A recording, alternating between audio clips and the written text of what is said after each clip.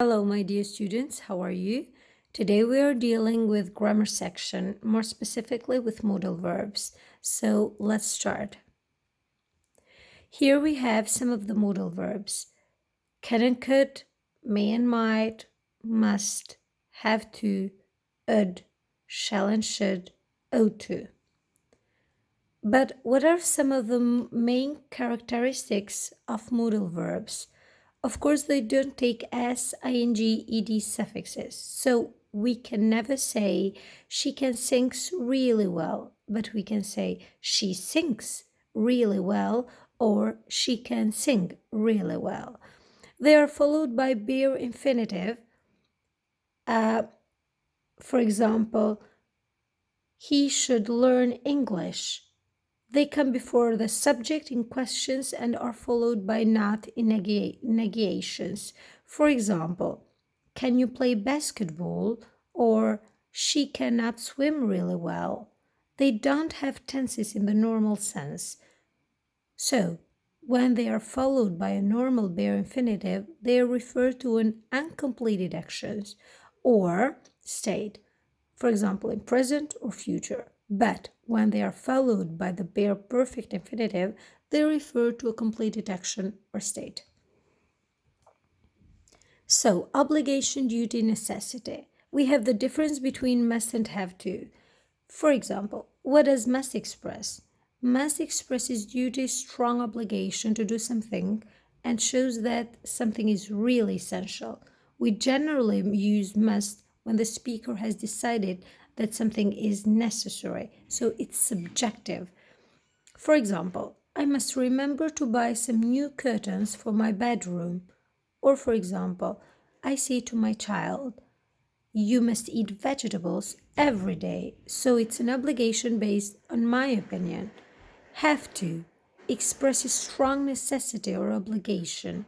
We usually use have to when somebody has decided that something is really necessary, so is objective.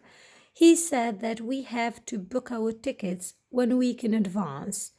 So we use have to when we have an obligation based on a rule or on a law. For example, students have to follow education until 18 years old. So it's a law specifically uh, for this rule. If we have to in the past, that is had to, is the past form of the must and have to both. Absence of necessity, don't have to or didn't have to. If I use don't have to, it means that something is not necessary to do in the present or in the future. You don't have to wait for me, just leave. Or you don't have to do the washing up, I've already done it for you. Whereas if we use don't have to in the past, it is didn't have to. So something, it wasn't necessary to do something for you, but in the past, we don't know if it was done or not. He didn't have to read all these books for the exam. We don't know if he read them or not. Permission or prohibition. If we put must in the negative form, it is mustn't.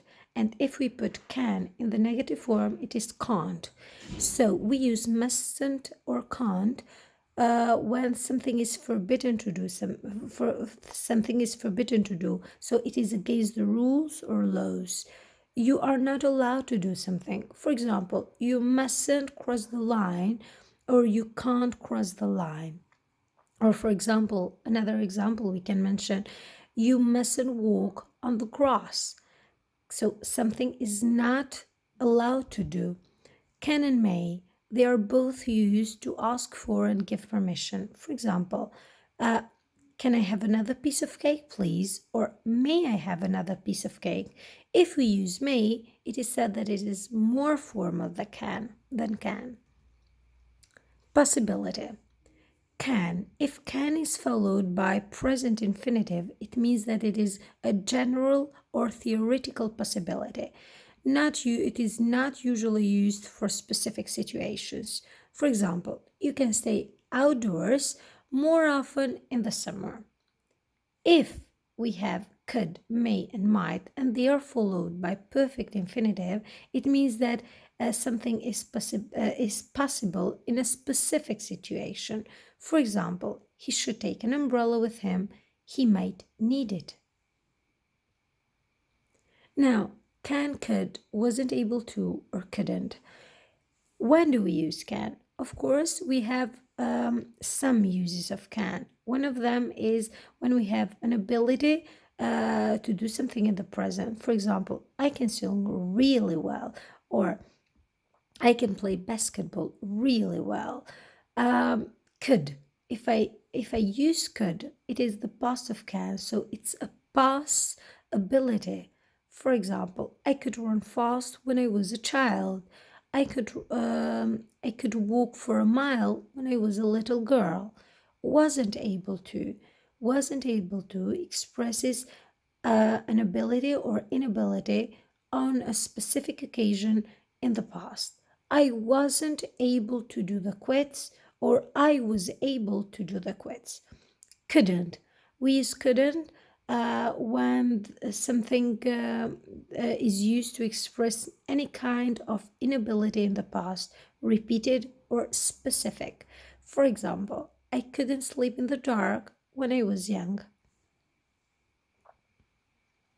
Must, may, can't when there are logical assumptions or deductions. For example, um, she isn't at home. She must still be at work. It means that we are certain about something. We know that something is really true.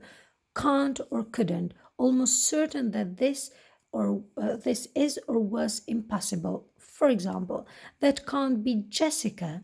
Jessica has long brown hair and she's much younger. So we are certain about a specific fact.